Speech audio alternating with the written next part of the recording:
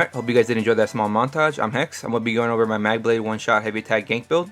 I will have timestamps on screen and down below, so feel free to pause if you're looking for anything specific. But honestly, without further ado, let's get into the build. Alright, let's go into the sets now. The first main set we use is Sergeant. Exactly what does it do? Adds almost 3,000 weapon and spell damage to your fully charged heavy attacks. I do run an Inferno Staff, obviously, being able to do 10% more single target damage. We do have a Flame enchant, just be able to, do more damage to vampires. And Sharpen, because we do lack a little bit of pen on this build since we don't have Battlelords, which I'll get into in a little bit. Backbar obviously doesn't matter. So for the next set that we run is Elegant. Exactly what does Elegant do? It actually has two 5 pieces, which is kind of weird. When you use a light attack, you reduce the cost of your stam, magic, or health abilities. Don't really care about that. The one we use is when you use a fully charged heavy attack, you gain in power for 3 seconds, increasing the damage done of your light and heavy attacks by 40%. So this is the reason that we are able to guarantee that we're going to get empowered, because if you try to do empower with cloak, it's not going to work. Either your guaranteed crit's going to expire or your empower is going to expire, and I don't like that. I don't like rolling the dice on that. I want to know that when I hit an attack, I know it's going to crit and I know it's going to be guaranteed to have empower on it, which I think is really good. This is honestly the most slept on set right now. I do run a one-piece Oakensoul just for that nice offense pen, and honestly that's pretty much the sets. Obviously we do have Oakensoul. So for the jewelry, we do run full infused spell damage. And for the traits on the body, we do run full divines, all with max mag enchants. I do have infused legs. I would honestly go divines if you do have divines. I just haven't been able to find divines and I just can't be bothered to look anymore. Sergeant just drop in heavy, so we kind of do have to do some weird stuff. We do run 511. We do run a heavy helm of Sergeant. We do run a medium Oakensoul, and the rest is light. But honestly, that's pretty much it. Let's go into the food. For the main food we use is Ghastly Eyeball. Increase your magic of recovery and max mag.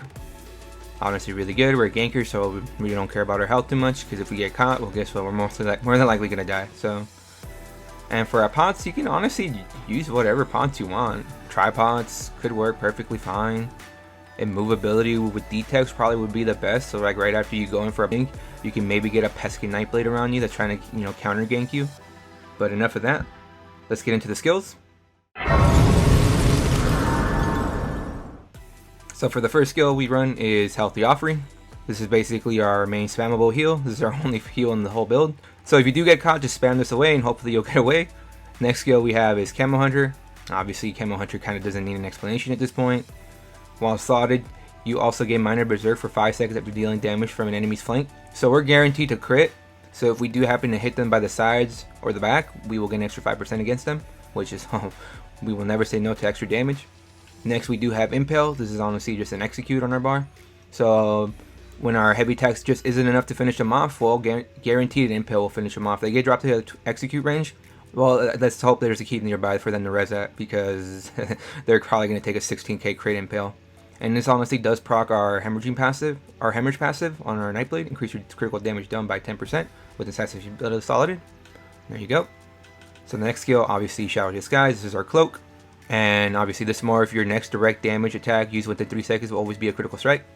This is the reason that we are able to hit so hard on the NightBlade and always never roll the dice on RNG. We are guaranteed to always crit with this, and we are always guaranteed empower with our Elegant set. Next we have Channel Acceleration from the Sigic line. This thing does give us major expedition for 12 seconds, but the main important thing about it, gives us minor force for 36 seconds, increases our critical damage done by 10%, so extra more damage, really good. And we do have Flawless Dawnbreaker on the build. Not really mostly used for the ult. Honestly, I never used the ult on anybody on this build. I only use the ult to pre-buff. So basically what you do is you buff up all your other skills, and then if you see somebody that you really just want to hit as hard as you humanly can with this build, you drop a Dawnbreaker off in the world just by itself, just to get that passive weapon and spell damage. Because look, after activating your weapon and spell damage, it's increased by 300, up to maximum 20 seconds at full rank of the skill. So that's going to be able to give you just even more damage. And with all these multipliers on there, it's just going to do a crap ton of damage. But enough of that, let's go over the stat sheets. So for our stat sheet, let's just pop a pot. I guess we'll just pop any mag pot. Doesn't really matter what pot we run because we get all our buffs from Oakensoul. So we do go full max mag on the attributes. We are sitting perfectly fine at 36.6k max mag, 1751 mag reco. That's a lot. Our spell damage 5216. Our crit does not matter since we're always guaranteed a crit with our cloak. And obviously our resistances don't matter since we are a ganker. And our spell pen, look at that, at a whopping 13k. No balors, no nothing. That is just amazing.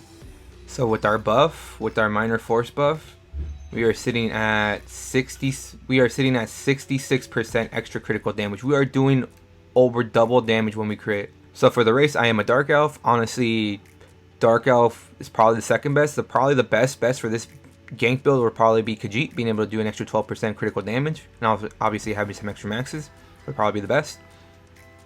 This is just my NightBlade. I do play on, Mag and Stamp, so that's why he's a Dark Elf here. I do run the Shadow. If you run full Divines, even if it's not all golded out, you'll be able to push up to 17% crit. So there you go. Really good, being able to just do extra damage on our heavies. Can never say no to that.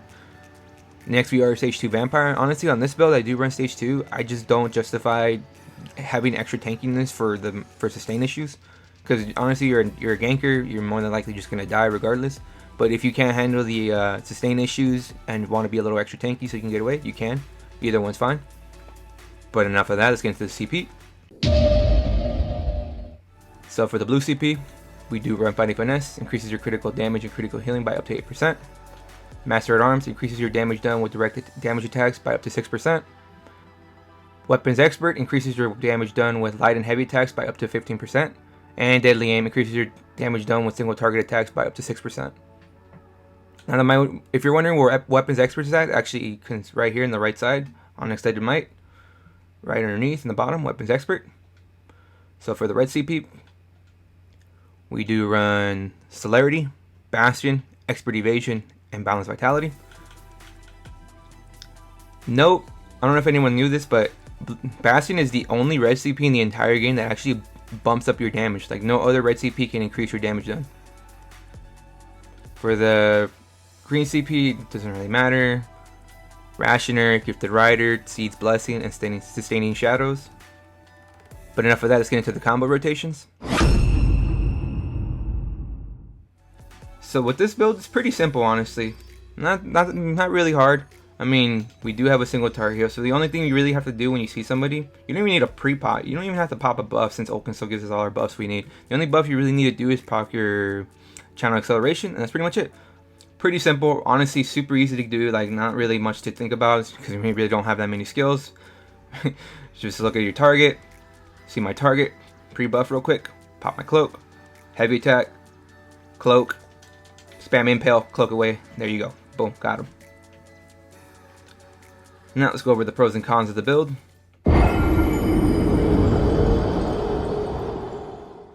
The pros and cons, honestly, just like any ganker is, you're a ganker. You're not really going to 1vx with this. If you get caught or some, mag DK shows up, they're going to shred you into oblivion. Not every gank is going to be successful, obviously. Some ganks, people will have Serpent's Coil, which does reduce their damage taken by 40%. People that run Oakensoul, they all have their, majors up, so their major resolves and major protection up, so they're not going to hit as hard on them. You are single target, so don't expect to pop any group of kids. But the pros of the build is obviously you just get to instantly delete someone. By the time they realize that they took damage, they're already dead on the ground. So there you go. And it's really fun just being able to see how hard you can heavy attack. And honestly, that moment when you do heavy attack, like one shot somebody with an actual just full on heavy attack, it's the most satisfying interaction in the game. So for the alternatives, if you honestly you really do need all these skills, but for whatever reason you don't have access to the Sigic line, you can just run Inner Light. But honestly, that's just a lot of wasted damage. Please just farm channel acceleration. And if you don't have access to Vulcan Scoria, any one-piece weapon and spell damage monster set could work. And if you don't have that, a max mag will work perfectly just fine on that. Just don't do any crit because it's pointless on this build since we are guaranteed a crit with our heavy attack.